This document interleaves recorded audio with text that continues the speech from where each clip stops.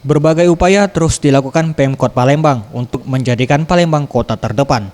Salah satunya dengan mengubah TPA Sukawinatan menjadi destinasi wisata berbasis teknologi. Kepastian tersebut didapat setelah PJS Wali Kota Palembang bertemu perwakilan pemerintah Korsel. Faisar AR, Kepala Dinas Lingkungan Hidup dan Kebersihan Kota Palembang mengatakan, untuk TPA Sukawinatan akan dilakukan pembangunan insinerator, sehingga TPA Sukawinatan bakal menjadi salah satu destinasi wisata di bidang teknologi.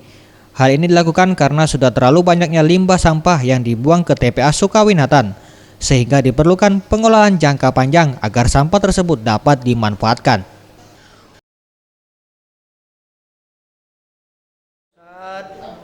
Bahwa Kota Palembang akan sesegera mungkin merubah TPA menjadi destinasi wisata.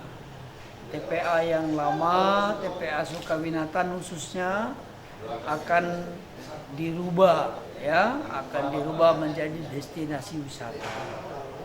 Kemarin Pak Wali kami mendampingi sudah pertemuan dengan teman-teman dari pemerintah Korea Selatan.